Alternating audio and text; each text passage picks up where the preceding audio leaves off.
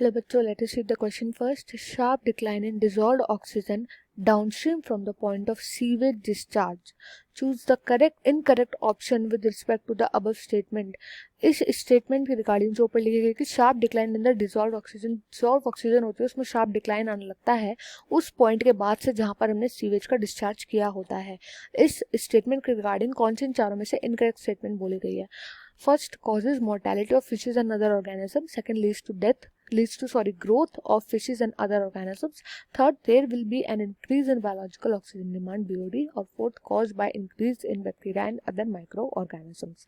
ये हमें बताना है. अब यहाँ पर जो की कॉन्सेप्ट यूज किया जाएगा वो होगा BOD यानी बायोलॉजिकल ऑक्सीजन डिमांड का. Biological oxygen demand. तो इसको हम एक मैप के थ्रू समझते हैं. फॉर एग्जांपल ये हमारी एक रिवर बह रही थी, यहाँ पे रिवर बह रही है और एक ऐसा पॉइंट है इस रिवर में. फॉर एग्जांपल यहाँ पर एक ऐसा पॉइंट है जहाँ पर हमने डोमेस्टिक सीवेज जो है या कोई भी टाइप का जो सीवेज जो है वो हमने छोड़ दिया इस वाटर बॉडी के अंदर. तो ऐसा बोला गया कि इस वाटर बॉडी के अंदर इस पॉइंट के बाद से जो डिसॉल्व्ड ऑक्सीजन वो जाएगी कम, उसका डिक्लाइन होता जाएगा. जितनी डिसॉल्व ऑक्सीजन प्रेजेंट है वो डिक्लाइन होता जाएगा. ऐसा क्यों है? देखो ऐसा इसलिए होता है क्योंकि जो सीवेज होता है ना, सीवेज के अंदर काफ़ी सारे न्यूट्रिएंट प्रेजेंट होते हैं. इनमें से मेन न्यूट्रिएंट जो होते हैं वो होते हैं नाइट्रोजन एंड फॉस्फोरस. एंड ये अट्रैक्ट करते हैं काफ़ी सारे माइक्रो ऑर्गेनिजम्स को. माइक्रो ऑर्गेनिजम्स का ये फूड होते हैं क्योंकि माइक्रो ऑर्गेनिजम्स का फूड होते हैं. अब इसी फूड को कंज्यूम करके जो माइक्रो ऑर्गेनिज्म होते हैं ये रिप्रोड्यूस करते हैं बहुत ही फास्ट रेट में. रिप्रोड्यूस करके क्या करते हैं, क्योंकि माइक्रो ऑर्गेनिज्म एरोबिक होते हैं, इनको एयर चाहिए होती है, इनको ऑक्सीजन चाहिए होता है, तो इनकी जो ऑक्सीजन की डिमांड होती है ना वो इंक्रीज होती चली जाती है. ऑक्सीजन की डिमांड जो है वो बढ़ती चली जाती है. क्यों? जैसे कि फॉर एग्जांपल अगर ह्यूमन्स है, ह्यूमन को कल को हमने फूड बहुत सारा प्रोवाइड कर दिया, उनको रिसोर्सेज मिल गए, तो ह्यूमन में भी जो रिप्रोडक्शन रेट है वो बढ़ने लग जाएगा. रिप्रोडक्शन की वजह से क्या होगा, और ह्यूमन्स जो होंगे वो आ जाएंगे और उन ह्यूमन्स की जो फूड की डिमांड होगी वो और बढ़ जाएगी.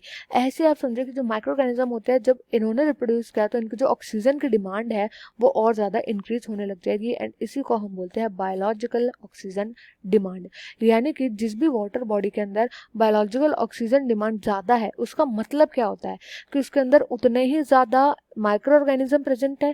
यानी कि माइक्रो ऑर्गेनिज्म कब ज़्यादा प्रेजेंट होंगे, जब उनको फूड अच्छा मिल रहा होगा. और फूड अच्छा मिलने का मतलब वहाँ पे न्यूट्रिएंट ज़्यादा है, मतलब वहाँ पे सीवेज ज़्यादा है, यानी कि वो बहुत ज़्यादा पॉल्यूटेड है.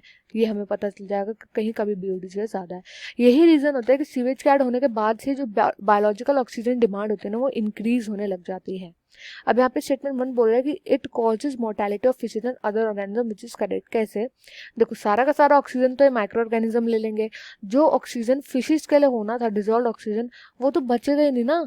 जो ऑक्सीजन था जो इनके लिए पहले यूज होता था अब यूज नहीं हो पाएगा. फिशेज इसको यूज नहीं कर पाएगी जिसकी वजह से इनकी हो जाएगी डेथ. सारा का सारा ऑक्सीजन तो क्योंकि माइक्रो ऑर्गेनिज्म ले लेंगे बिकॉज ये फिशेज से ज़्यादा रेट पे रिप्रोड्यूस करते हैं, तो इसलिए फिशेज एंड दूसरे ऑर्गेनिज्म की डेथ जो है वो होना स्टार्ट हो जाएगी. नेक्स्ट में बोला गया leads to growth of fishes, तो ये इनकरेक्ट हो जाएगा.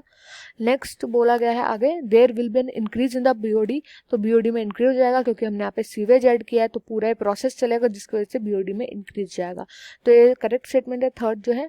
एंड लास्ट बोलिए caused by increase in bacteria and other organism, ये भी करेक्ट है क्योंकि माइक्रो ऑर्गेनिज्म जो है ये रिप्रोड्यूस करने लग गया और इनकी वजह से तो BOD का इंक्रीज हो रहा है. ऑक्सीजन डिमांड तो माइक्रो ऑर्गेनिज्म की है तो इस वजह से जो है BOD इंक्रीज हो रहा है. तो फोर्थ भी करेक्ट है. तो यहाँ पे सभी के सभी स्टेटमेंट करेक्ट है एक्सेप्ट वन स्टेटमेंट जो कि बोल रहा है कि फिशेज के और अदर ऑर्गेनिज्म की ग्रोथ होगी. I hope you understood well. Best of luck and thank you.